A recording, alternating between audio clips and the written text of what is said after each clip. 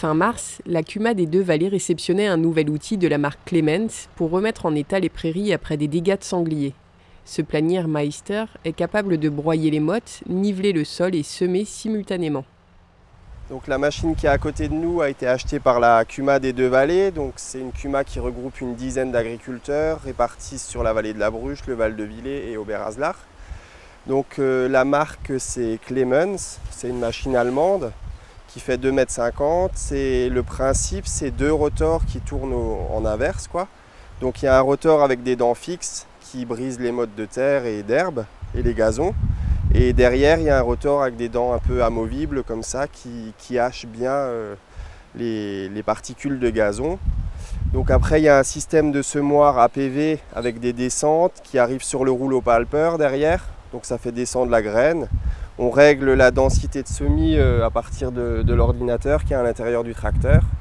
Et derrière, il y a ce gros rouleau qui rappuie vraiment et qui tasse le sol. Donc normalement, quand les conditions sont optimum, en un seul passage, on a fraisé, semé et roulé, quoi. Donc avant, il fallait qu'on passe avec au moins deux machines différentes. Et on n'avait jamais jusqu'à présent trouvé la machine qu'il fallait pour vraiment refermer les dégâts.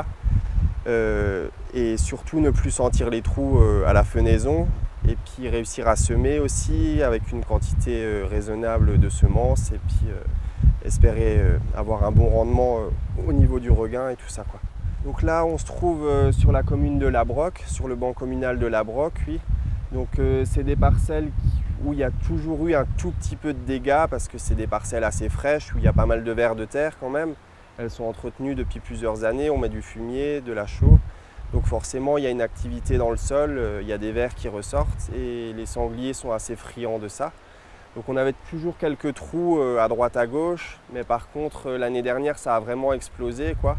On a quasiment quasi la totalité des parcelles qui sont retournées, quoi.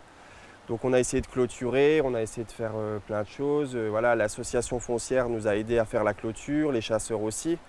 Mais bon, on remarque que la densité de sangliers est vraiment trop importante et puis on n'a pas réussi à réduire les dégâts, quoi. 5 des 10 adhérents de la CUMA ont finalement décidé de prendre des parts sociales sur cette machine qui a coûté 17 000 € financée par un crédit traditionnel.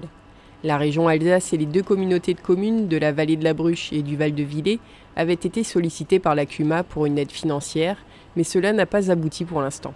Pour couvrir une partie des frais liés aux dégâts de sangliers, donc il y a un fonds d'indemnisation qui passe faire l'estimation en principe et qui dit voilà, la parcelle est détruite à 50, à 60 ou 80% suivant la quantité de dégâts.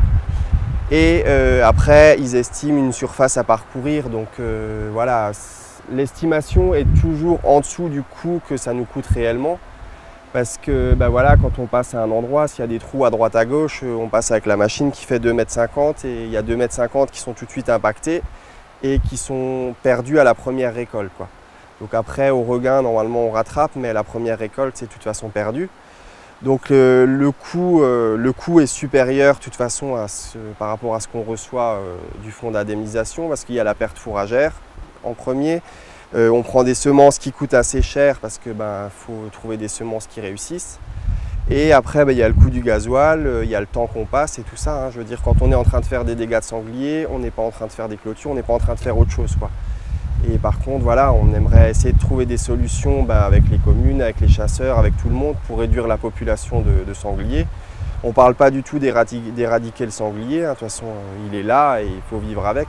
Mais par contre, il faudrait absolument réussir à réduire les populations pour qu'on ait vraiment le minimum de dégâts, quoi. Toute la difficulté réside dans le choix du moment d'intervention entre les fenêtres météo réduites et un sol soit trop sec, soit trop humide, d'autant que les conditions idéales pour le semis diffèrent des conditions optimum pour travailler le sol. Voilà, il faut vraiment trouver le moment parce que si c'est trop sec, ça ne va pas faire un rendu exceptionnel parce que c'est trop poussiéreux, c'est des particules trop fines. Et à l'inverse, si c'est trop humide le matin ou en début d'après-midi, le long des cours d'eau, ça colle un peu au rouleau et le rendu n'est pas top, quoi. Après, voilà, c'est surtout pour qu'on arrive à maintenir un rendement, on ne cherche pas à la perfection non plus. Et voilà, le travail qu'elle fait est suffisant. Après, c'est vrai que nous, il y a des petites améliorations qu'on doit faire pour que ça gratte un peu mieux le rouleau peut-être et des choses comme ça. Pour se faire la main, ils ont commencé par tester l'outil dans les fonds de vallée. Reste à voir comment elle se comporte sur des parcelles en pente. Il faut maintenant attendre 3 semaines pour observer les premières levées, en espérant que d'ici là, les sangliers ne reviendront pas, attirés par cette terre meuble facile à retourner. Le vrai résultat attendra la deuxième coupe au mois d'août. L'idéal, ça serait en fait de semer en automne pour, à la première coupe de foin, essayer d'avoir quelque chose. Mais comme il y a toujours des dégâts d'hiver et de printemps, le fonds d'indemnisation ne veut pas faire d'estimation en automne, quoi. Donc ils viennent faire les estimations maintenant, on remet maintenant au mois d'avril en état, et puis après il faut le temps que ça pousse et tout ça.